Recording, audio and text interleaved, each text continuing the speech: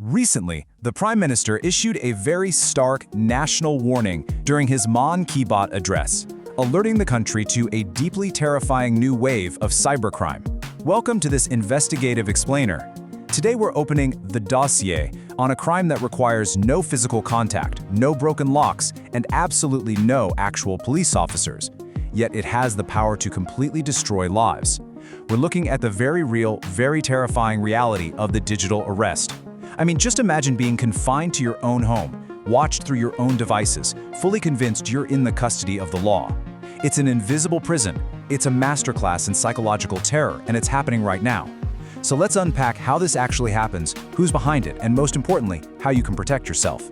193 days. Just let that sink in for a second.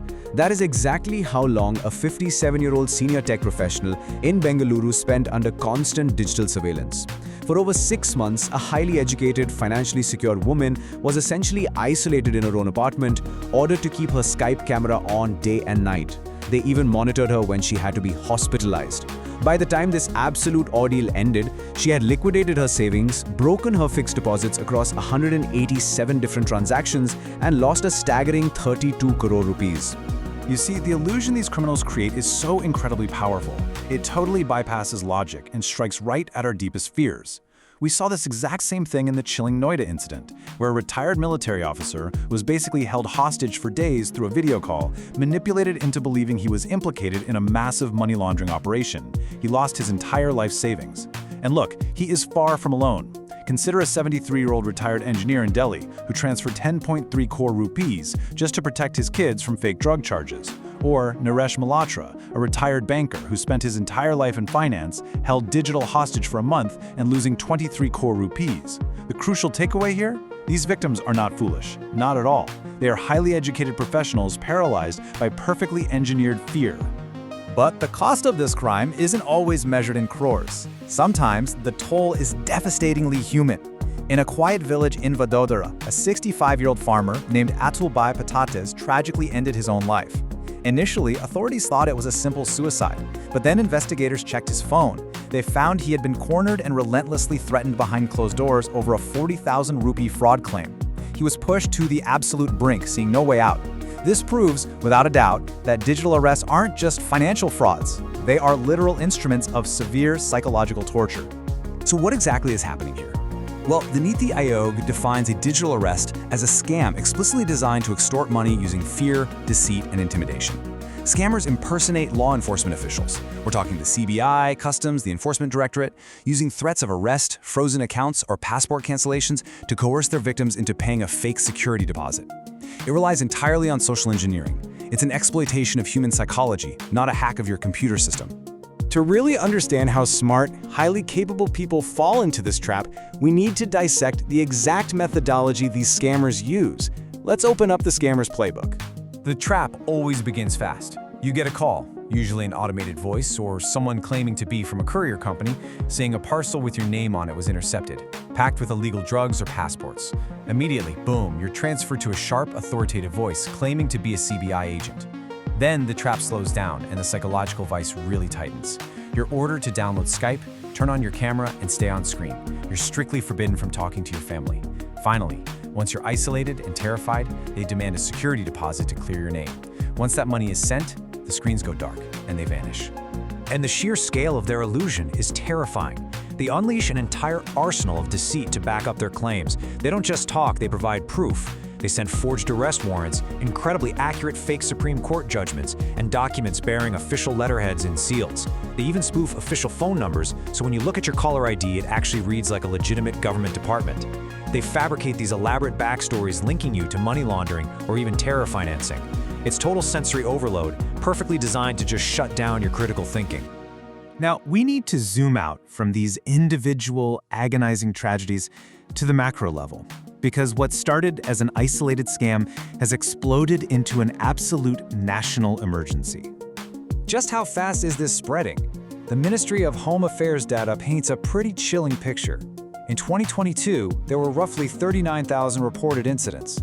Fast forward to 2024, and that number has nearly tripled to a shocking 123,672 cases. And remember, those are just the reported cases. countless others remain completely hidden in the shadows because of the immense shame and stigma victims feel. The financial hemorrhage here is breathtaking. In 2024 alone, the total defrauded amount spiked to over 1,935 crore rupees. If we look at the collective toll since 2022, across the nearly 250,000 known cases, total estimated losses actually exceed 2,580 crore rupees. Just think about the gravity of that number for a second. That is enough capital to fund entire major infrastructure projects, literally vanishing from the Indian economy and slipping directly into the pockets of criminal syndicates. You might be wondering, why is this so hard to prosecute? Well, it's incredibly difficult because the masterminds are rarely sitting in India. The operating hubs are actually located in countries like Cambodia, Laos, and Vietnam. They rely on really complex financial strategies, instantly funneling extorted money through domestic mule accounts, which are essentially everyday bank accounts used to secretly bounce the money around, before they convert it into untraceable offshore cryptocurrency. It's a highly organized, cross-border syndicate using local accomplices, which creates just massive jurisdictional nightmares for local police. But the tide is turning. Recognizing the devastating impact of these crimes, the highest authorities in the country are stepping in. The Supreme Court of India recently took suo motu cognizance of the crisis, labeling these scams cruel and devastating, particularly for senior citizens. Because local police face rigid state borders, the Supreme Court stepped in and handed the reins to the CBI for a massive pan-India probe. This allows them to bypass individual state permissions for much faster action. The CBI is aggressively hunting the networks that enable those crucial mule accounts we talked about. On top of that, the Department of Telecommunications and telecom service providers are building walls, implementing systems to automatically block incoming international spoofed calls that try to disguise themselves as local Indian numbers. Meanwhile, the Indian Cybercrime Coordination Center, or I4C, has been executing what is essentially a sweeping digital raid on the scammers' infrastructure. They've aggressively identified and blocked over 1,700 dedicated Skype IDs, wiped out 59,000 WhatsApp accounts, deactivated over 6.69 lakh SIM cards, and blocked 132,000 mobile device IMEIs. It is a massive, highly coordinated counteroffensive to dismantle their communication lines. And here is some genuinely empowering news for us. If you act fast, the system actually works.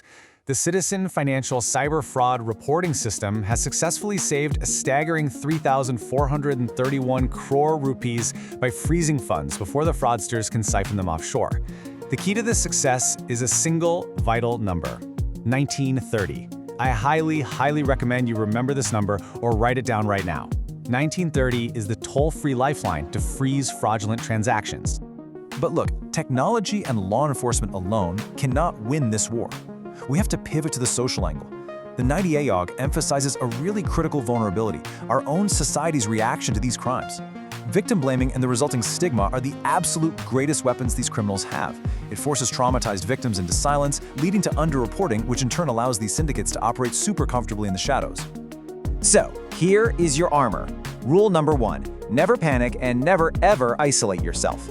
2, hang up and verify with your actual local police station.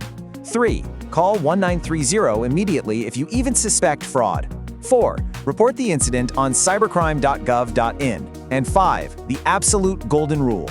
Real law enforcement agencies will never, under any circumstances, ask you to transfer your assets as a security deposit over a Skype call. It just doesn't happen. We need to fundamentally change the narrative around cybercrime. The Niti Aayog put it perfectly. We have to replace shame with support. We need to encourage victims to speak out and seek justice without any fear of judgment. Empathy, awareness, and community support are our ultimate, most impenetrable defenses against these ruthless syndicates. I want to leave you with this vital question today. Do your parents, your grandparents, or your vulnerable loved ones know the signs of a digital arrest? These scammers are banking on their ignorance and their fear. Your conversation with them today could save their life savings, or as we've seen, even their lives tomorrow. Thank you so much for joining me for this explainer. Stay vigilant, stay informed, and let's break the silence.